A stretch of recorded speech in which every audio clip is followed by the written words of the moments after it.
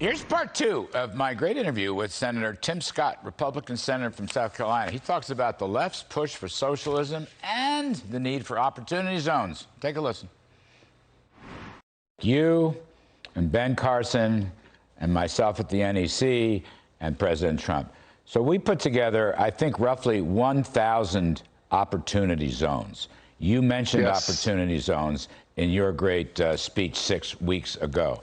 This is bringing money into the underserved areas. They're mostly minority areas, although it can be poor whites as well as poor blacks and so forth. Now, you mentioned that. That's a key point. I think that was part of the great recovery we were having pre-pandemic. The Bidens don't ever mention opportunity zones. I don't know, Senator, what they're going to do with it. I hope the heck they keep them. But that is a perfect example of something constructive and specific and, you know, material money that can help the whole racial story in this country.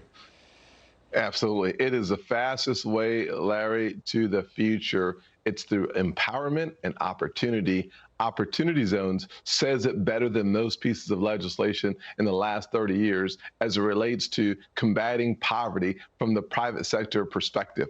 We've tried to combat poverty from the public sector. The government trying to be God has simply not worked. It can't work, it won't work, and it never will. And so what do we do instead? Well, we believe that in the whole concept of the invisible hand, Adam Smith spoke about this decades ago, that simply says that the more power we put in the hands of the individual, the better off we all will be, because we all care about our own self-interest more than anybody else. Opportunity Zone says to investors, we're going to give you an incentive to look into those areas that you may have overlooked before, because there's now a vested interest in your participation in some of the most disenfranchised communities in America. $75 billion later committed to those areas. What have we seen? We've seen wage growth somewhere near 7 to 8%, twice what it was pre-pandemic for all of America. We've seen property values increase, and the people who live in those zones own their property 60 out of 100 times. That's the key. We've also seen black ownership, minority ownership, Tim Scott. You know, that is the key, not welfare dependency, minority ownership. Come back to your speech. By the way, one of the things I most admire about you is your optimism, your love of the country. But I'm an old Reagan optimist and remained very optimistic 40 years later when I worked for Trump. And actually having this interview with listening to you're making me even more optimistic today. So that's always a good thing. I will quote from your speech.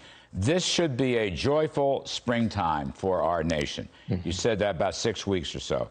Absolutely. You still feel the same way right now. And you mentioned specific items like the infrastructure package, taxes, school choice, police and election reform. You had that all in your speech as part of the Scott agenda that I think the entire GOP should adopt.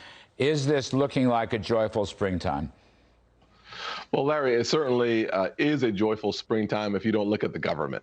The truth of the matter is Americans are getting it together every single day.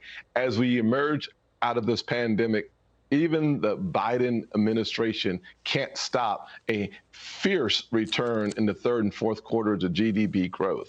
Here's what we should have, however, is we should have the wind at our backs and not in our faces. And that's what small businesses around the country will face with the type of spending we've seen from the Biden administration. $1.9 trillion for our COVID package that spent less than 10% on COVID relief. A $2.3 trillion infrastructure package that actually eliminates right-to-work laws in 27 states. That is antithetical to developing infrastructure and frankly has nothing to do with infrastructure. And then this new focus on family planning. I don't know what $1.8 trillion buys you in family planning, but we can't afford it. So literally, we should go back to the drawing board and believe in the American people. When we do that, it is springtime in America. We are the most capable people who are willing to lean into opportunities disguised as obstacles problems that lead to promise. When we do that, we have the greatest discoveries. One of the reasons why President Trump's administration and people like you helped us bring forth the Warp Speed project that brought a vaccination in less than a year is because we believe in American ingenuity. The world believed and leaned in with us, and we did what people said was impossible. Even in a decade, we did it in less than a year. That's one of the reasons why it is springtime in America. It has less to do with the government and more to do with what I am convinced to be the truth. The greatest, most exceptional people on God's green earth are ordinary American citizens who believe in their nation, who believe in their communities, and who believe in themselves. When we come together, nothing, not even the Biden administration, can stop us. Boy, do I love that. Golly, everybody has to love that. Springtime in America.